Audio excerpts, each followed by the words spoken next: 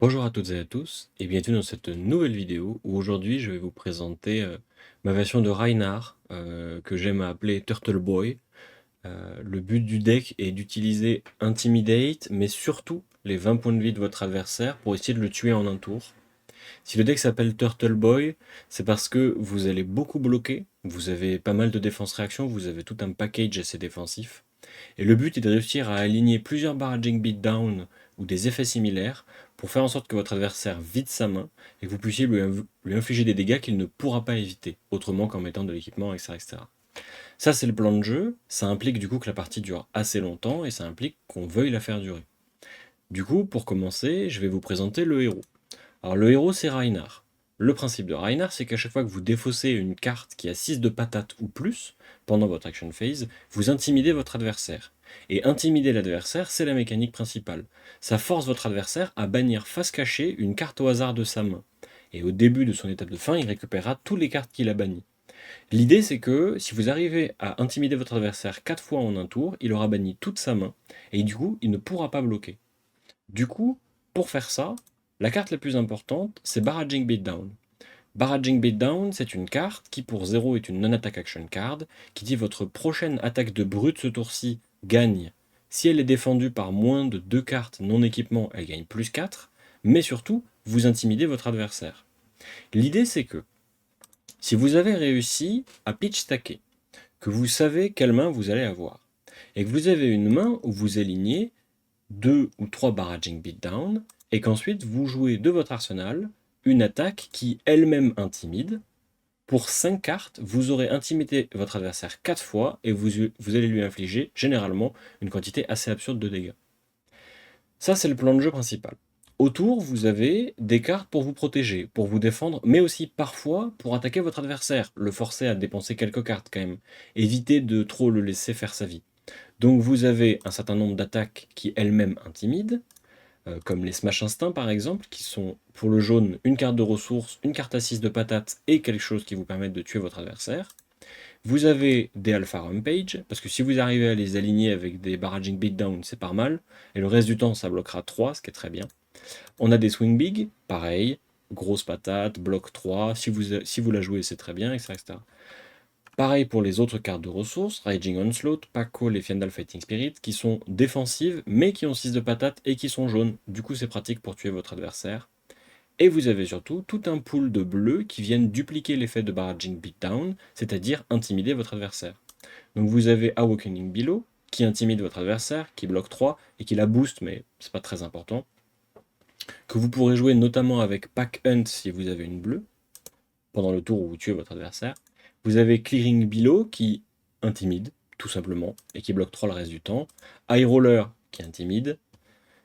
Et ensuite, vous avez 2-3 autres cartes qui complètent toute la mécanique autour du deck.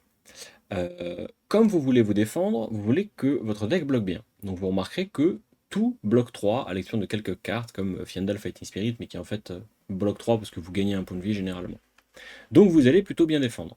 Ceci dit, comme vous allez défendre, il faut quand même une ou deux cartes pour récupérer des 3 cartes. Du coup, on essaie Dig Up Dinner. Dig Up Dinner qui vous permet de récupérer les attaques de votre cimetière si vous avez la chance de les avoir choisies au hasard.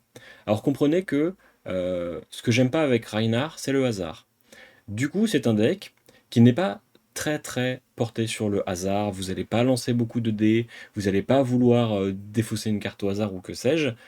Le but du deck, c'est justement d'annuler cet effet-là et d'utiliser au maximum l'efficacité de vos cartes en sachant exactement ce qui va se passer et à quel moment. Du coup, ça, c'est une sorte de Remembrance qui est bleu et qui bloque 3, c'est très bien.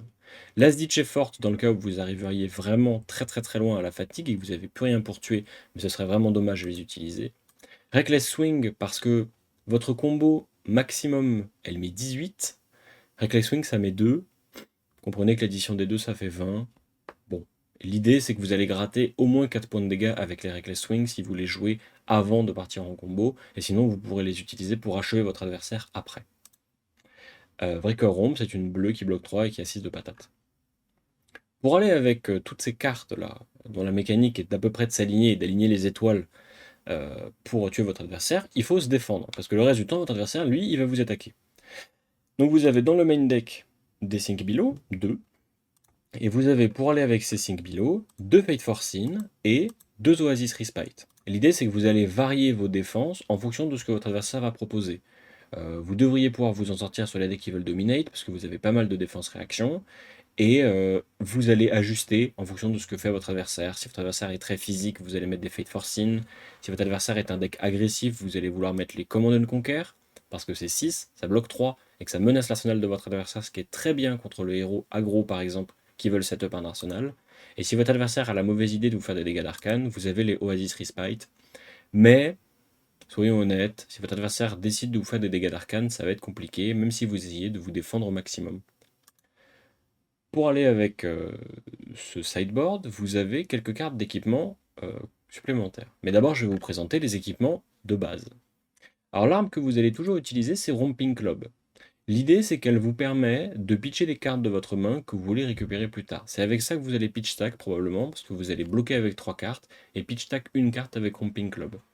Du coup, Romping Club, son deuxième effet, on s'en fiche. La majorité du temps, c'est une carte pour 4. Ce qui, si votre adversaire choisit de ne pas bloquer, représente 4 points de dégâts de moins à faire pour partir en combo. Ou 1 point de dégâts s'il a choisi de bloquer avec une carte, ce qui est exactement ce qu'on veut aussi. Vous allez le gratter avec Romping Club, mais le deck ne tourne pas autour de Romping Club. Elle est plus là parce que c'est la meilleure arme disponible pour ce plan de jeu-là.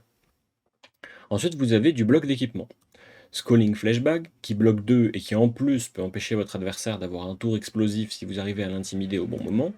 Scabskin Lasers, qui bloque 3 au total, n'activez jamais cette capacité. Vous ne voulez pas lancer de D6 pour avoir peut-être 2 points d'action. Vous n'en ferez jamais rien, donc ça ne sert à rien de lancer le dé. Considérez que vous gagnez 3 points de vie avec Scabskin Lasers. Barkbone Strapping, qui vous fait gagner 1 point de vie et, si vous en avez besoin, vous permettrait de récupérer la ressource qui vous manque lorsque vous souhaitez partir en combo. Si par exemple vous avez besoin de 3 ressources mais vous n'avez qu'une jaune, vous pouvez compter sur Barkbone Strapping pour récupérer la ressource qui vous manque et réussir à faire votre tour. Et on a Goliath Gauntlet parce que ça met 2 points supplémentaires, que ça peut être important, mais une autre alternative que je n'ai pas mise dans le deck mais qui vaudrait le coup, serait les gants de brut qui ont Battle Worn et qui bloquent 1. Leur effet on s'en fiche, l'idée c'est qu'ils bloquent 1, donc ça vous fait 1 point de vie supplémentaire. Voilà pour le set d'équipement de base, et le set d'équipement supplémentaire c'est Arcanite Skullcap dans le cas où vous voudriez prévenir 3 points de vie plutôt que 2, notamment dans les parties où votre adversaire va vous mettre la pression sur un petit peu plus longtemps, où vous aimeriez avoir plus de blocs d'équipement, vous préférez Arcanite Skullcap. Et ensuite, AB3 avec Null Rune Gloves et Skullhorn, qui vous permettent de vous protéger un petit peu des wizards. Ça ne sert à rien d'avoir plus d'arcane barrière, parce que vous n'aurez jamais beaucoup plus qu'une bleue par main, donc considérez que 3 c'est le maximum. Voilà pour le deck. En résumé, on bloque, on bloque, on bloque, puis on met plein de barraging beatdown et un pack hunt, et normalement notre adversaire meurt d'un coup. Ça c'est la théorie. Après dans la pratique, je vous laisserai voir, je vous laisserai me dire ce que vous en pensez. Si vous avez réussi à partir en combo, si vous avez achevé votre adversaire d'un seul coup, l'intimidant et lui faisant très très très peur, parce que vous êtes un machin vert qui crie, Reinhardt donc. Et sur ce, merci de m'avoir écouté. N'hésitez pas à commenter, n'hésitez pas à liker, à vous abonner, tout ça, tout ça. Et je vous dis à la prochaine pour une nouvelle Deck Tech.